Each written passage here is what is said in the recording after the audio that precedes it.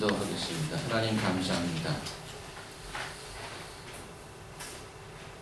오늘도 하나님의 말씀, 거룩한 말씀 아래, 거룩한 이름 아래 모아주시고 말씀 아래 하나 되게 하심을 감사합니다. 말씀을 들을 때 냉철한 머리로 이야기하시고 가슴이 뜨거워지도록 반응하게 하시며 손발을 움직여 순종할 수 있도록 인도하여 주시옵소서. 모든 집중을 방해하는 것들을 하나님께서 다 제거해 주시고 말씀 들을 때 들음으로 하나 될 수 있도록 인도하여 주시옵소서. 예수님 이름으로 기도합니다. 아멘. 아시아에서 유럽으로 넘어온 복음이 어떻게 어드밴스 되는가를 보고 있는데 지난 시간 마게도니아로부터 노아달라는 환상을 본 바울과 선교팀은 아시아에서 에게해를 건너서 빌립보라는 도시에 가게 되죠. 그곳에서 복음을 듣고 변한 세 사람의 삶을 살펴보았었습니다. 자주 옷감 장사 루디아와 귀신 들린 여종, 그다음에 바울과 실라가 붙잡혔던 감옥의 간수, 이 세 사람의 변화와 또 가족들의 변화를 함께 보았습니다. 오늘은 빌립보에서 서남쪽으로 이동해서 데살로니가와 베레아라는 도시로 가보게 되는데 지도를 먼저 이미 차양자매님께서 보여주셨는데 여기 보시면 안디옥에서 시작해서 쭉 터키 남부지방과 그 중간을 갈라서 원래 북쪽으로 비시디아라는 터키 북쪽으로 가려고 했는데 성령께서 막으셔서 드로아라는 곳에서 이쪽 에게해를 건너서 그리스로 넘어가게 되는데 그리스가 이제 유럽의 관문이 되는데 거기 중간에 필리파이라고 되어 있죠. 중간에 필리파이에서 그 세 사람을 보았고 지난번에 오늘 본문에 보면 거기 암피폴리스와 아폴로니아를 거쳐서 데살로니가에서 말씀을 전하고 그 다음에 그 밑에 베레아 그 두 도시에서 어떻게 말씀을 전하는지 그 부분을 보도록 하겠습니다.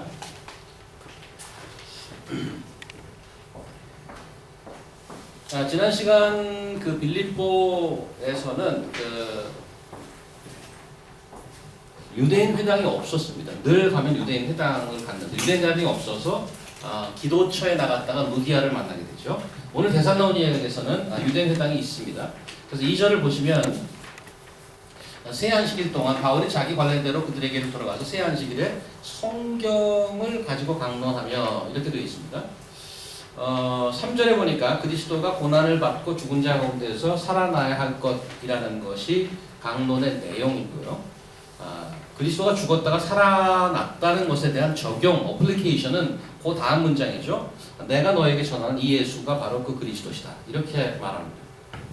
여기서 성경이라고 얘기하는 것은 당시에 물론 구약 성경이 없었기 때문에 신약 성경이 없었기 때문에 구약 성서를 말합니다. 3절에 그리스도라는 말은 그릭인데 히브리어로 말하면 메시아라는 거 똑같은 말입니다. 메시아. 유대인들도 메시아는 알죠. 메시아가 누군지. 하나님의 기름 부은 메시아가 있어서 그가 와서 유대 백성을 늘 그 외적의 침입을 받는데 그 외적의 침입으로부터 해방하고 세계를 다스릴 만한 리딩 국가로 세울 거라는 military king, military 메시아의 이미지를 갖고 있었습니다.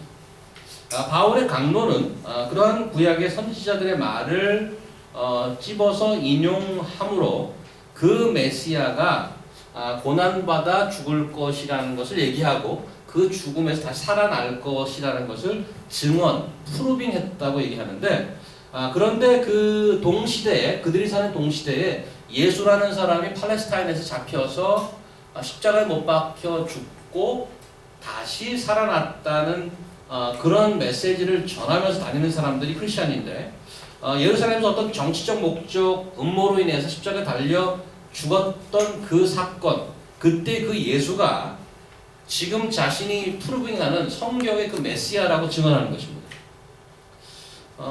거기서 그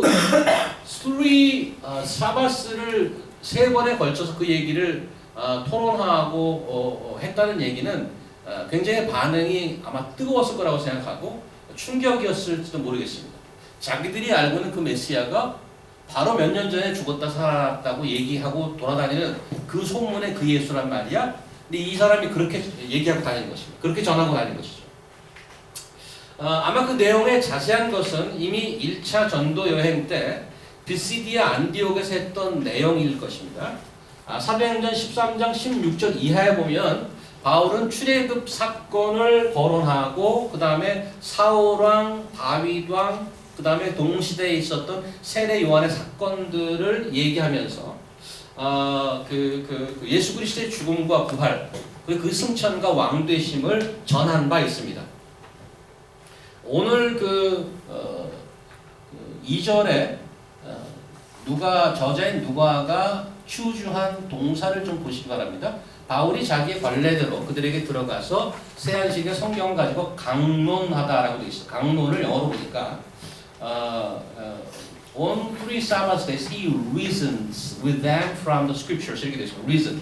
reason을 명사로 쓰면 이성, 논리 이런 뜻인데 동사로 쓸 때는 조리 있게 논하다, 추론하다 이런 뜻입니다.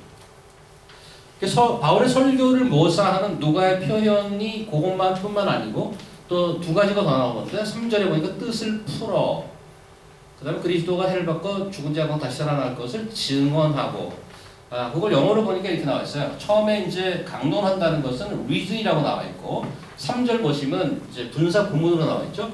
explaining and proving that it was necessary for the Christ to suffer and to rise from the dead and saying and so on. 그래서 explain, prove, proving 이런 동사를 쓰고 있습니다. 논하고 설명하고 증명했다고 되어 있는데 복음을 소통하는 수단에 있어서 어떤 제한이나 규칙이 있다고 보지는 않습니다. 어떤 방법이든 해야 되는데 이렇게 해야 된다, 저런 방법으로 해야 된다라는 룰을 정하는 것은 위험한데 오늘 본문의 사도 바울이 했던 그 방법은 한 가지 좋은 one example, good example을 보여줍니다. 이게 전부는 아닙니다. 추론하고 설명하고 증명한다는 말은 다분히 그 intellectual activity를 얘기합니다. 그렇죠? 설교를 왜 머리로 해? 가슴으로 뜨겁게 받아들여야지. 이렇게 이제 말씀하시는 분들이 있는데 한쪽으로 치우치는 게 위험하다는 얘기를 하는 겁니다.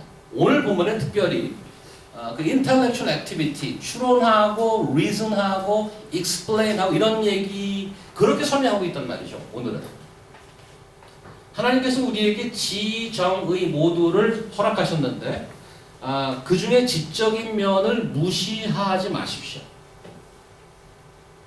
그렇다고 감정적인 면을 배제하자는 얘기가 아닙니다. 우리를 만드셨다고 해서 하나님께서 우리를 로봇같이 대하지 않고 설명하고 논하고 설득하는 그런 하나님인데 그런 하나님에서 우리는 그분의 personality 하나님을 person이라고 그래요. Three persons in one, triune God를 three persons in one 이렇게 표현한단 말이죠. 하나님을 인격체로 얘기해요. 인격체인 하나님께서 우리를 인격체로 대하신다고. 그래서 reason하고 설명하고 설득하고 기다려주고 그런 하나님이 that's biblical God. 우리를 인격체로 대해주셨단 말이죠. 지금 데살로니가에서는 설교자의 그 설교하는 모습을 조명을 했다면 조금 이따 보실 베레아에서는 오디언스의 태도를 지금 그 카메라를 잡고 있습니다. 그건 조금 이따 보도록 하고요. 자, 일단 데살로니가에서 사도 바울의 말을 듣던 이들 중에 4절 보면 많은 이들이 믿었다고 되어 있습니다. 그중 어떤 사람과 경건한 헬라인의 큰 무리와 적지 않은 귀부인도 권함을 받고 바울과 실라를 따랐다. 그런데 5절 이후에 보면 데살로니가 유대인들이 시기하여서 난리치는 내용이 길게 등장합니다.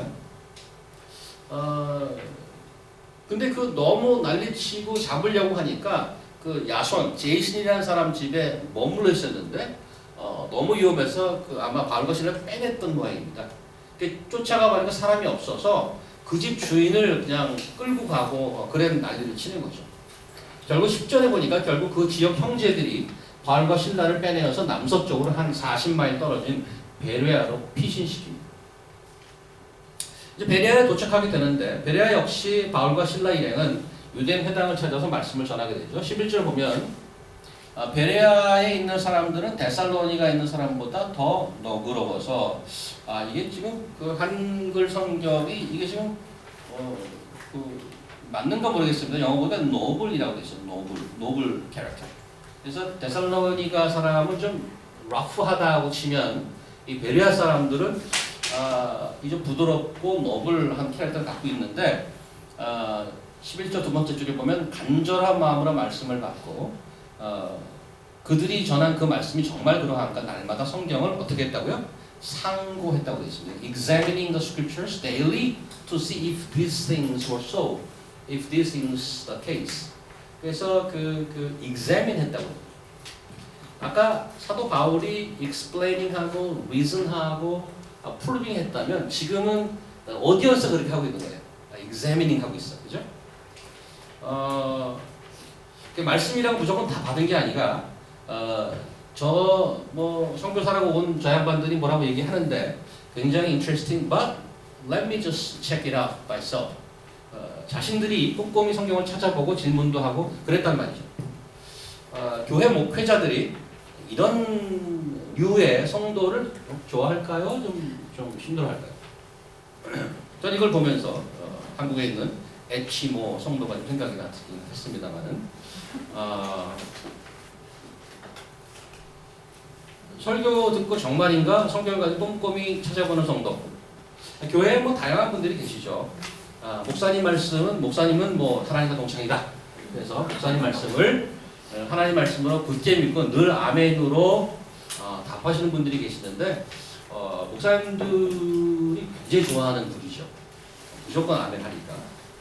그런 분이 있는가 하면 아니면 목사님 말씀과는 전혀 상관없이 소신파들이 있습니다.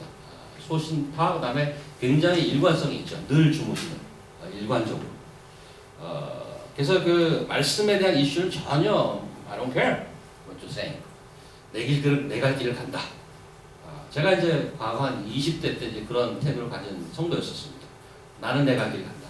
그러면서 찬양대를 했는데 이제 그때는 느낌이 노래를 한번 불러 제끼고 그 다음에 이제 쉬는 겁니다. 설교 시간에. 나는 오늘 해야 될 일 했다. 잘 쉬다가 나중에 축도하면 다시 이제 2부 순서로 교제에 들어가는 그런 삶을 살았던 사람입니다. 세 번째 부류는 베레아 사람들처럼 늘 성경을 상고하면서 사는 분들이 있습니다. 여러분의 설교 듣는 스타일은 어떤가 모르겠어요. 여러분, do you reason? Do you examine? 조사하고 그렇습니까? 목사님의 말씀이 지금 맞나? 하고 조사하고 그렇습니까? 이런 오늘 같은 이런 태도를 가지면 뭐 머리로만 해, 좀 뜨겁게 하지. 아까도 얘기했지만 하나님께서는 지성, 감성, 의지를 다 주셨습니다. 그런 전인적인 그 반응을 요구하십니다. 여기 이제 앞에 스크린은 나오지 않지만 제가 하나 읽어드릴게요. 처음에 베드로가 성령을 받아서 설교를 하고 나서 쫙 설교를 해줘. 굉장히 인텔렉츄얼하면서도 이모셔널했어요. 왜냐하면 구약의 그런 그 구절들을 많이 코테이션해서 예수님의 죽음과 부활을 증거했는데 그걸 다 하고 나서 반응이 됐어요. 사도행전 2장 37절인데 그들이 이 말을 듣고 머릿속에 동의를 하지 않고 이렇게 되지 않고 이렇게 됐어요. 그들이 이 말을 듣고 마음에 찔려, it's very emotional. 마음에 찔려 베드로와 다른 사도들에게 물어 형제들아 우리가 어찌할까? What should I do? 굉장히 이모션해졌어요. 그런 거예요. 물론 intellectual understanding이 있었겠죠. 그러나 이모션이 동반되는 그런 반응이었단 말이죠. 신명기 오늘 앞에 이제 나오는데 신명기 6장을 가보면 하나님께서 우리에게 요구하는 반응이 굉장히 전인적이라는 걸 알 수 있습니다. 보시면 이스라엘에 들으라 우리 하나님 여호와는 오직 하나인 여호와시니 너는 뭘 다하고 마음을 다하고 그 다음에 성품을 다하고 힘을 다하고 여기 지정의가 다 들어가 있지 않습니까? 마음을 다하고 성품을 다하고 힘을 다해서 여호와를 섬기라. 어떤 머리로만 아는 하나님이 아니고 가슴으로만 아는 하나님이 아니고 그렇다고 몸만 쓰고 아무 생각 없이 주셔서는 그런 성도가 아니고 그 전인적인 반응을 해야 되는 그런 것이 성도의 삶인 거죠. 모든 것이 다 필요한 그런 것입니다. 오늘 본문은 특별히 그 중에 지적인 면을 강조하고 있고 설명하고 증명하고 찾아보는 그런 쪽이 강조되고 있다는 것을 강조되고 있는 그런 본문인 거죠. 자, 12절을 다시 돌아가면 베레아에서도 많은 사람이 믿고 또 헬라의 귀부인과 남자가 적지 않게 믿었다고 되어 있는데 13절 보니까 이 좀비 같은 데살로니가 반대파들이 베레아까지 원정을 옵니다. 아니 저것들이 저희 가서도 말씀을 전해?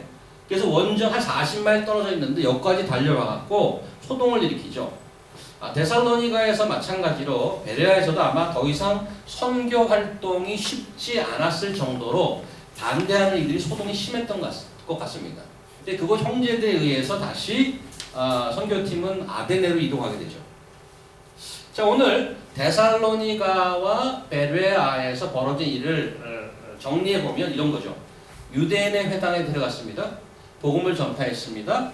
양극단의 반응이 나옵니다. 그 다음에 유대인들이 시기와 소동이 벌입니다. 그 다음에 선교사들이 그것 때문에 이동합니다. 이런 패턴이에요. 이게. 똑같습니다. 한쪽에서는 열심히 복음을 전하는데 한쪽에서는 길을 쓰고 막습니다. 지난번 조금 전에 언급을 드렸던 1차 선교여행 때 안디옥에서 똑같았어요. 복음을 전했더니 it's interesting. 한 번 더 해줄래? 두 번째 집회를 해서 말씀을 더 전했는데 그때는 반응이 엄청나게 안 좋은 반응이 또 나왔었죠. 결국 반대해서 그걸 떠나게 되는데 사도행전 13장으로 가보겠습니다. 사도행전 13장 스크린을 보시면 1차 전도 여행 때의 모습입니다. 오늘 데살로니가 모습과 얼마나 흡사한지 보십시오.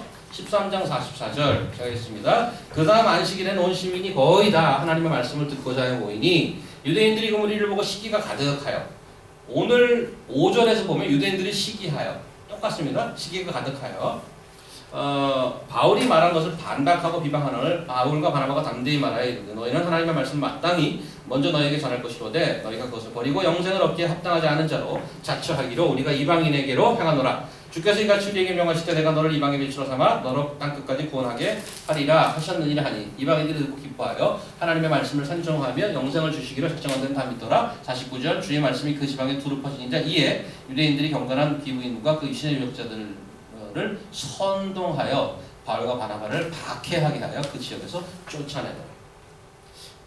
지금 데살로니가랑 안디옥이랑 거의 똑같습니다. 우리 인간 사회에서 미스테리한 것은 의도가 선하고 좋다고 해서 모두가 박수 쳐주지 않더라는 사실입니다. 상식적으로 생각하기에 어떤 좋은 의도로 좋은 일을 하면 모두가 동의하고 함께 한마음이 되어서 그 일을 같이 할 것 같죠. 그래서 그 일을 같이 하면 사회가 나아지고 지금쯤이면 인류 사회가 얼마나 역사가 오래됐습니까? 지금쯤이면 파라다이스를 만들고 살아야 되는 게 정상이란 말이죠. 근데 인간 역사를 보면 그렇지 않더라. 이게 이상하게. 오히려 그 반대가 정상인 것처럼 되어 있습니다. 누가 무엇을 좀 잘하고 알려지기 시작하면 바로 시기하고 질투하는 그것을 밟아서 싹을 도려내야만 속이 시원해하는 것이 인간인 거죠. 성경 말씀에 사람들의 관계를 어떻게 해야 될 것인가를 조언하는 말씀 중에 이런 말씀, 로마서 한 12장 13장 그쯤에 이런 말이 있으시죠. 우는 자와 함께 울고 웃는 자와 함께 웃어라 이런 말이 있어요.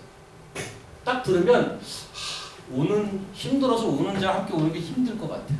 저 또 힘든 일을 당하는데 거기서 어떻게 또 굉장히 힘들 것 같은데 사실은 웃는 자와 함께 웃는 게 어려워요. 왜 그런지 아십니까? 사촌이 땅을 사면 배가 아프기 때문에. 그게 인간이기 때문에. 남들이 잘 돼서 너무 기뻐하는데 거기서 100% 그 마음에 똑같아져서 같이 박수치고 웃어주지가 않아. 표정 관리를 해야 돼. 웃어야 되는지 속은 배는 아픈데 웃어야 되는. 배는 아픈데. 네? 이상하게 남이 잘 될 때 같이 박수 쳐주고 잘할 때 이렇지 않더라고 인간이. 이틀 전에 우리 중국 선교사님께서 편지가 왔어요. 그동안 중국에 있는 거의 버려진 장애인들, 우리 민주사회에서도 장애인들, 우리 한국에서도 장애인 하면 보통 집에 숨깁니다. 없는 자식 취급합니다. 괜히 장애인이 있다 그러면 뭐 그 다른 뭘 정상적인 자녀가 시집 못 간다, 결혼 못 한다 이런 통론이 있기 때문에 거의 없는 자식 취급합니다. 중국 사회주의 공산주의 국가는 뭐 어떻겠어요? 근데 그 사람들을, 그 어린아이를 대상으로 사역을 하고 계신 선교사님 부부죠. 5년을 고생하면서 겨우 그 사역의 틀을 잡아놨어요. 그리던 장애우 학교 건물을 짓는데 땅을 구입하게 됐어요. 그 땅은 중국에서는 땅을 완전히 사는 건 없습니다. 47년간 사용할 수 있는 땅을 구입하게 됐어요. 이제 거기 가서 건축만 하면 돼. 천천히. 그래서 현재 빌려 쓰고 있는 건물에서 나가라는 통보가 왔어요. 나가라. 저쪽에 땅밖에 없는데.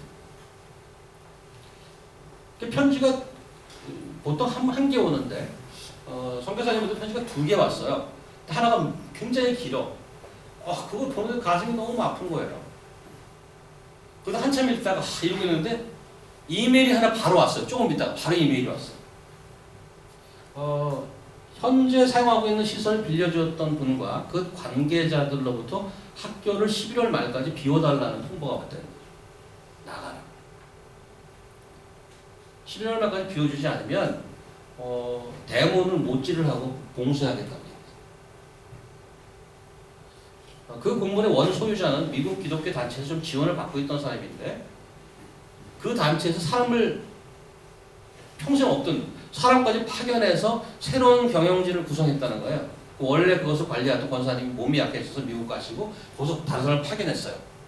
그래서 선교사님들은 새로 오신 분과 이제 관계를 좋게 하면 되겠다고 생각했는데 웬걸 이 분야에 no talk, no negotiation 11월 말까지 나가 통보한 거예요.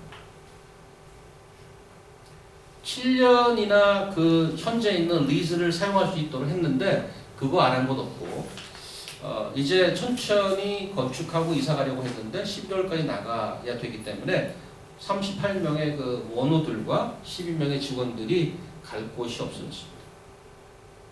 도대체 이 사람들이 왜 이러는 걸까요? 왜 그러는 걸까요? 단 한 가지, 시기와 질투예요. 모두가 외면하고 아무도 손대려 하지 않은 거의 버려진 장애우 사역을 어려움을 딛고 훌륭하게 해내고 발전하고 있는 것에 대한 질투와 시기란 말이죠. 이런 선한 일을 하고 있는데 도움을 주지 못할 망정 나가라고 좀 부르고 있는 거예요. 여러분 이제 다음 주쯤 인수해서 드릴 텐데 기도해 주셔야 되겠습니다.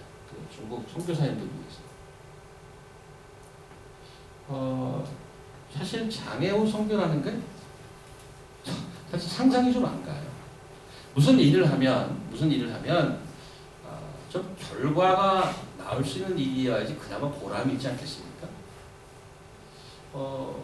장애우 선교는 그냥 밑빠진 독에 물 붓기라는 표현이 맞을 거예요. 시간이 상관없어요. 3년을 하든 30년을 하든 그분의 상태가 무슨 좋아지거나 이런 바램을 갖고 하는 게 아니에요. 그냥 하나님이 주신 생명이 있기에 거두는 겁니다. 그래서 이런 상황에서 그 장애우들과 선교사님 부부가 또 직원들이 지치지 않고 실망하지 않는 결과가 나오도록 좀 기도해 줄 수 있게 바랍니다. 죄를 씻고 영생을 얻게 한다는 복음, 죄인을 위해서 대신 죽으신 하나님의 아들, 이제 너희들이 이기적이고 더러운 것에서 돌아서 마음과 육신을 돌이켜서 창조주 하나님의 복된 길을 살라고 얘기하는 복음. 얼마나 좋은 얘기예요.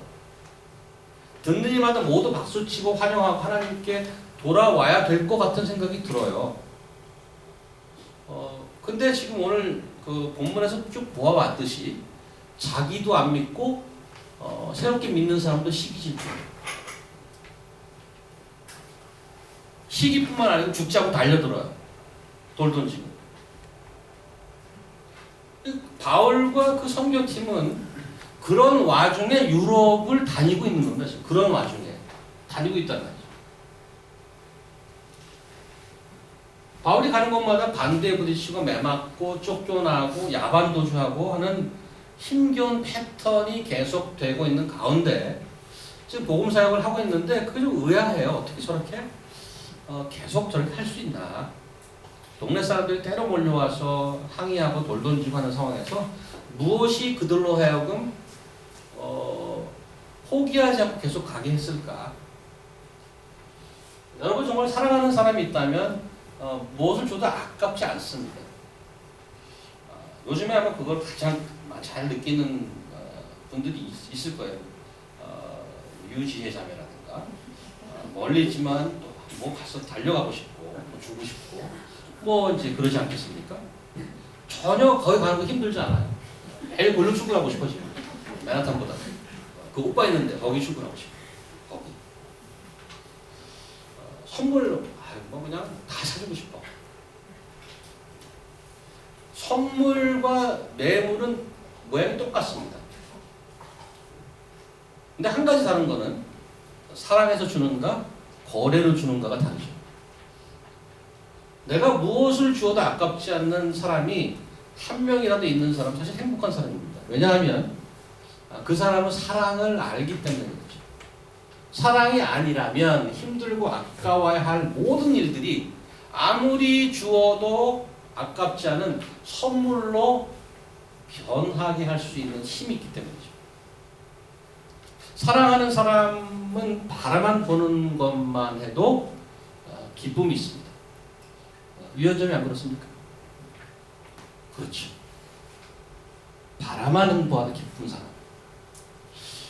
사도 바울은 죽을 고비를 넘겨가면서 자신이 초라해지는 모습과 스스로 싸워가면서 최선을 다해서 복음의 씨앗을 심었습니다. 오늘 이건 제가 개인적으로 힘들어하는 부분인데 오늘 몇 절인가요?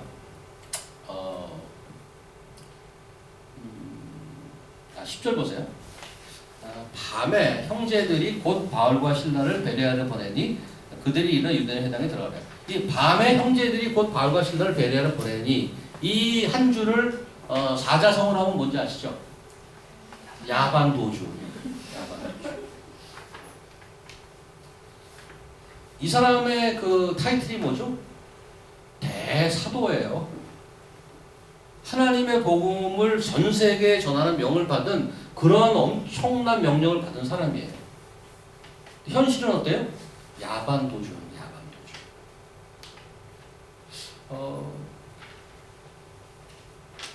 저는 개인적으로 목회를 하면서 명분이나 의미에 대해서는 의심의 여지가 없어요.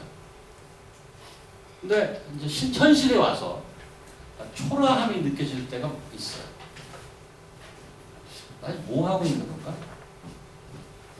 비교하고 초라해지고 이게 사실 가장 힘들어요. 근데 이분은 거의 매 도시에 그걸 하고 있는 거예요. 매 도시 가는 데마다. 그걸 어떻게 견뎌낼까?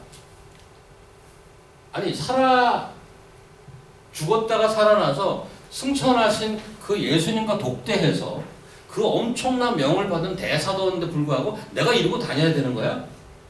맨날 매나 맞고 야반도주 해야 되고.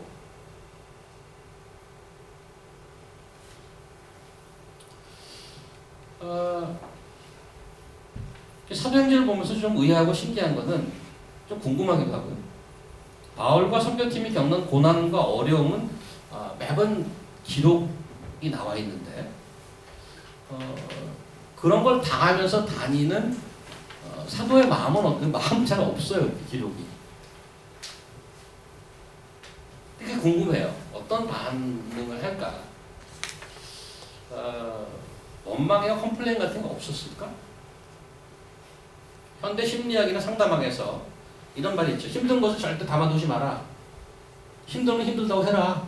너무 담아두면 나중에 터진다. 더 안 좋게 터진다. 이런 말 하잖아요. 사도들은 그런 말을 여기 안 썼어요. 그런 원망을 기록하지 않은 게 좀 정치적인가? 이런 생각도 들어요. 대외적으로 이 주도 면밀한 역사가이자 의사인 누가 선생께서 이 기록을 하면서 그런 사도의 좀 부정적인 모습을 쓴다면 그 전도 프로젝트에 지장을 주고 기독교 이미지에 나쁜 영향을 미치니까 의도적으로 삭제한 것일까? 의도적으로 뺀 것일까? 이런 생각도 든단 말이죠. 선교팀이 오늘 본문에서 고생을 많이 했던 데살로니가 다시 쳐다보기도 지겨울 것 같아요. 왜냐하면 한 군데서 정말 이러고 갔는데 여기서 이제 다행히도 베레아에서는 성도들이 노블 피플 반응도 좋아요. 성경 다 들고 얘기하고 저 설교자 입장에서 보면 그런 성도들 정말 굉장히 좋습니다. 굉장히 격려가 되죠. 그런데 둘째 날 보니까 거기서 왁자지껄해. 저것들이 또 달려온 거죠. 저것들이 지겹다. 저 데살로니가 저것들.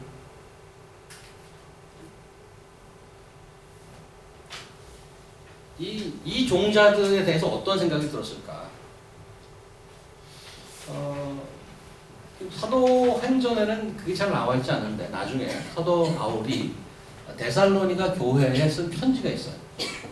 그 중에 몇 구절을 보면 사도 바울의 마음을 엿볼 수가 있는데 그거 몇 개 보도록 하겠습니다. 데살로니가 전서 2장 한번 보십시오. 데살로니가 전서 2장 2절에 보면 너희가 아는 바와 같이 우리가 먼저 빌립보에서 고난과 능욕을 당하였으나 이거 우리가 본 거아니 지난주에 이 데살로니가 편지 쓰면서 이래 야 우리가 빌립보에서 고난을 많이 당했지 우리 하나님을 힘입어 그렇지만 우리 하나님을 힘입어서 많은 싸움 중에 하나님과 복음을 너에게 전했다 이렇게 전했습니다. 그 힘든 거를 고난을 극복하면서 데살로니가에 전했어요. 17절로 넘어갑니다. 17절 18절 보니까 형제들아 그러고 나서 오늘 그거 보니까 그 야반 도주 했잖아요 지금 그렇죠? 야반 도주했는데 이렇게 했습니다. 형제들아 우리가 잠시 너희를 떠난 것은 얼굴이요 마음은 아니니 너희 얼굴 보기를 열정으로 더욱 힘썼노라. 그렇게 야반 도주하면서 아우 지겨워 정말 떨어버려 그냥 이런 게 아니고 그렇게 황급히 도망간 것에 대해서 야 우리 마음은 그렇지 않아. 사실은 보고 싶어. 18절 그러므로 나 바울은 한 번, 두 번 너에게 가고자 하였으나 사탄이 우리를 막았노라. 다시 가고 싶었는데 어쨌든 형편이 안 돼서 못 간 거야 이렇게 얘기했죠.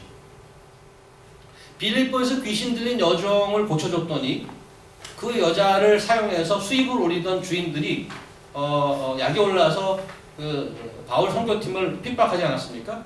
심지어는 투옥됐죠. 그런 기억이 있어요. 오늘 데살로니가에서 야반 도주해야 될 정도로 상황이 급박했습니다.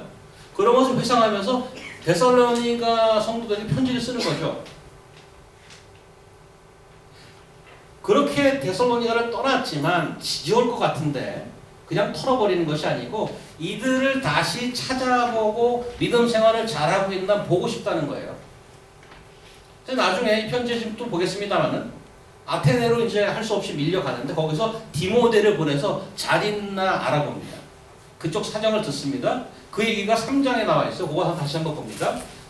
데살로니가전서 3장 스크린을 보시고 제가 읽어드릴게요. 3장 6절 지금은 디모데가 너희에게로부터 와서 너희 믿음과 사랑의 기쁜 소식을 우리에게 전하고 또 너희가 항상 우리를 잘 생각하여 우리가 너희를 간절히 보고자 한 것 같이 너희도 우리를 간절히 보고자 한다 하니 이러므로 형제들아 우리가 모든 궁핍과 환난 가운데 아직도 힘들어요 사실은 모든 궁핍과 환난 가운데 너희 믿음으로 말미암아 너희에게 위로를 받았노라. 어떻게 잘 살까 잘 살고 있을까 했는데 그 얘기를 듣고 너무너무 가슴에 위로를 받았대. 그 다음에 8절 그러므로 너희가 주 안에 굳게 선즉 우리가 이제는 살리라. 9절 우리가 우리 하나님 앞에서 너희로 말미암아 모든 기쁨으로 기뻐하니 너희를 위하여 능히 어떤 감사로 하나님께 보답할까? 10절 그다음 기도한대요. 기도 제목이 이거예요. 주야로 심히 간구하면 밤낮으로 기도하는데 기도 제목이 너희 얼굴을 보고 싶다. 너희 얼굴을 보고 너희 믿음이 부족한 것을 보충하게 하려 함이라. 저는 사실 그동안 설교를 하면서 이 구절 지금 난 이 구절을 한두 번 이용한 게 아닌데 지금 오늘 말씀을 준비하다가 데살로니가 얘기가 나와서 또 걸렸어 이게 또 걸렸는데 저는 이 구절이 너무 좋아요. 왜 좋은지 설명을 좀 해드릴게요. 선교팀이 다녀간 이후에 바울이 디모데를 데살로니가 보내서 어떻게 하나 알아봤습니다. 그가 돌아와서 소식을 전해주셨는데 바울이 너무 기뻐하고 있죠. 근데 그 표현 중에 8절 보세요. 8절. 저 8절이 제일 좋은데 그러므로 너희가 주 안에 굳게 선즉 우리가 이제는 살리라. 한글이 어렵지 않은데 여러분들 의미를 아십니까? 이런 거예요. 너희가 굳게 선즉 우리가 살리라. 영어로 여러분 또 영어권이기 때문에 영어를 해줄게요. 한글은 좀 힘들다. 영어로 해달라. 오케이, I will. 이렇게 나오죠 영어로. Now we really live, since you are standing firm in the road. 거의 뭐 같아요 영어는 한글이. 해석하면 이렇습니다. 나 지금 really live, 정말 살아. Since, because 똑같은 얘기죠. 왜냐하면 you are standing firm in the road. 주 안에 굳게 서 있으므로. 해석은 뭐 문제 없죠. 이거 지금 일형식인데 일형식. 주어와 동사 일형식. Since you are standing firm in the road. 이건 역시 일형식입니다. 주어와 동사, 뒤에 부사구가 달려있는 두 개의 일형식 문장이 복문으로 연결되어 있는 아주 심플한 문장입니다. 근데 do you understand the meaning? 너희가 주 안에 굳게 서 있으니 we really live. 언제는 안 살았나? 무슨 뜻? 편하자면 무슨 뜻인지 아시겠어요? 의미를, 그거 담고 있는 의미. 저는 이 문장이 나올 때마다 약간 불만이 있어요. 나 같으면 저렇게 번역 안 하겠다. 저는 제 식의 번역이 딴 건 몰라도 이 문장은 이렇게 번역 안 할 것 같아요. 저는 이렇게 번역할 거예요. 야, 너희들의 믿음의 굳게 선이 정말 살만 난다. We really live. 이게 사는 맛이지. 저는 이렇게 번역할 것 같아요. 일반적으로 사람들이 기쁘고 행복한 그 소스를 보면 이렇지 않을까요? 일반적으로 은행 잔고가 증가하거나 재산이 증식하거나 경제적 안정이라고 들어갔다고 생각하거나 자기 성취거나 세상이 인정해주거나 대개는 이런 거 아닌가요? 대개는 그게 행복하다고 사람들이 느끼죠. 그걸 위해서도 열심히 일하고 있고 그런데 이런 기쁨이나 행복은 이상스럽게 패키지로 같이 쫓아오는 게 있어요. 쫓아오는 게 뭔가 하면 두려움과 다른 사람의 불행입니다. 재산이 늘면 늘수록 경제적으로 안정되면 안정될수록 이상스럽게 마음 한 구석에 펼쳐서 피어난 게 있는데 이런 게 아니 요게 지난번 이거 없어지면 어떡하지? 그런 두려움이 동시에 생겨. 희한하게.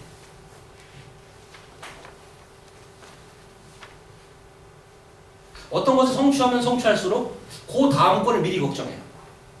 그 다음은 어떻게 되는 거지? 그걸 못하면 어떡하나? 내가 재산을 증식하면 증식할수록 이상하게 주변에 피 흘리는 사람이 많아. 캐주얼티가. 바울의 기쁨의 소스를 오늘 여기를 본다면 자기 스스로에게 있지 않았어요. 자기가 섬겼던, 자기가 복음을 같이 나눴던 이들이 자라나는 것을 보는 것이 that is a source of his joy. 마치 씨를 뿌린 농부가 그 화초나 곡식이 자라나는 걸 보면서 기뻐하는 것처럼 그런 복음을 전하고 어때서도 할 수 없이 he was forced to leave the spot. But however, the news that he heard is very good news. Oh, I heard they are standing firm in the Lord. So glad, so happy. 그들을 보고 싶어 죽어요 지금. 가서 더 많은 것을 주고 싶어해. 그것을 모두 합치니까 we really live. 야, 이게 사는 맛이지. 정말 살맛난다. Let me ask you. Let me ask each of you. 그런 사람이 한 사람이라도 있나요? Think about in your head. Think about all your friends, all your acquaintances around the world. If you happen to think somebody, and does he or she gives you joy because of he or she is standing firm in the Lord? Because I happened to share the gospel many years ago, the news that I heard recently, then he or she is standing from the Lord and growing fast, then soldier, do you have that kind of praise?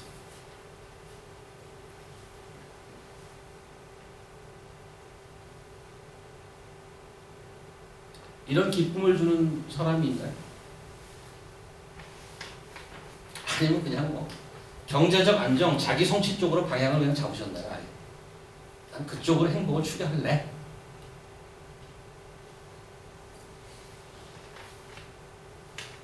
함께 복음을 나눴기에 그가 주 안에 뿌리를 내리고 산다고 하기에 그게 내 기쁨이 원천이 되는 그 한 사람, 그 한 사람이 있으시냐고.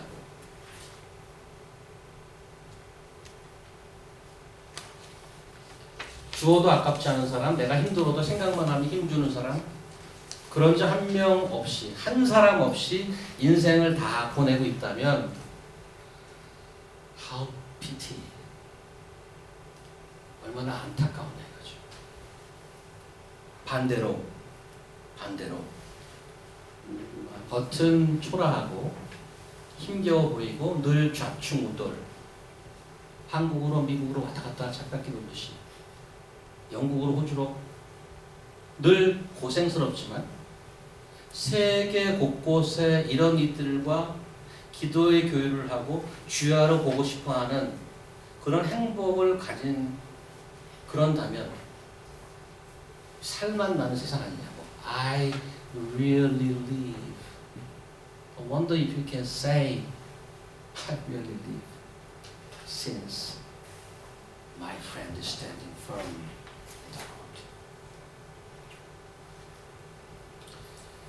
그런 사람을 가진 자는 이 땅에 살지만 다른 나라를 사는 것입니다. 다른 가치를 사는 거죠. 데살로니가 사람들이 어큐세이션이 많습니다. 사실은. 그게 몇 절이죠? 7절. 이 사람들이 다 가이사의 명을 거역하여 말하되 다른 임금 곧 예수와 하는 이가 있다. That's correct. We are serving different king. 왕이 다르기 때문에 우리 다른 나라를 사는 자들입니다. Then we have different source of our joy. 중국 선교사님 편지가 이렇게 마무리되고 있습니다. 요거 읽어드리고 마치겠습니다. 지금 5년을 차근차근 아무도 벌어오지 않는 밑빠진 독에 물을 붓는 거라고 생각했던 그 끝이 안 보이는 사역이 땅이 구입이 되고 이제 거기서 더 좋은 시설로 장애인 사역을 계획하던 차에 You go now, get out of here.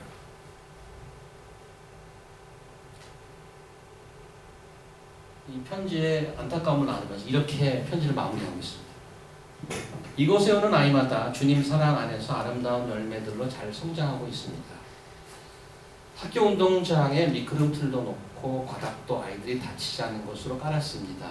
무엇보다도 기쁜 것은 아이들이 늘 바깥에서 노는데 너무나 뜨거워서 늘 그늘막이 있기를 바랬었는데 이번에 은혜로 그늘막을 너무나 멋지게 만들었습니다. 하루를 살더라도 주님이 원하시는 일이라면 해야 된다고 생각했습니다.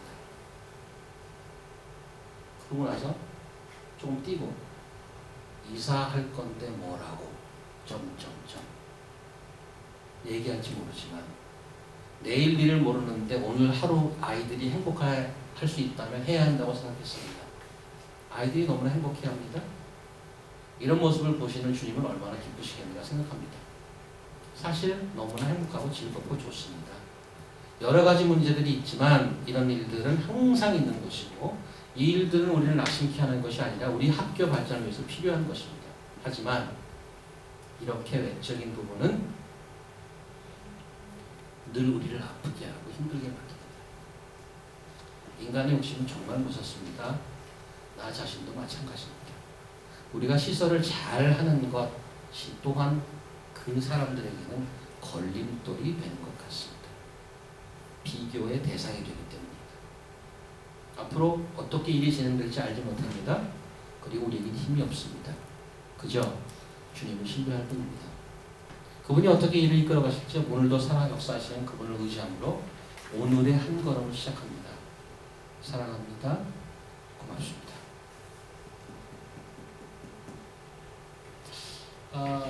이분들의 상황은 많이 어렵습니다. 그리고 많이 frustrating and disappointed, I believe. 굉장히 실망스럽고 좌절스러운 상황이라고 생각합니다. 그럼에도 불구하고 지금 편지에 나와 있듯이 사실 너무나 행복하고 즐겁습니다. 21세기에도 바울의 세상 사는 맛을 아는 이들이 여전히 있습니다. 그때나 지금이나 근본적으로 변하는 것은 사실 없습니다. 안 좋은 것은 안 좋은 대로 여전합니다. 하지만 우리가 가질 기쁨의 복과 그 기쁨의 원천도 여전히 그대로입니다. 하나님께서 우리 복음을 주셔서 그 복음을 믿은 자들이 주님 안에 뿌리를 내리고 그 자라나는 그것을 보는 기쁨 2000년이 지나도 여전히 있습니다. 우리는 다른 왕을 따라 사는 사람입니다. 여러분과 저는 그 다른 기쁨, 다른 나라를 사는, 그래서 그 가치로 채워지는 인생입니다. 여러분과 제가 그런 인생, 또 그런 교회를 만들어갈 수 있기를 간절히 기도하겠습니다.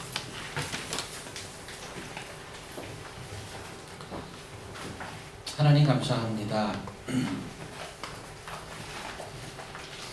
그 옛날에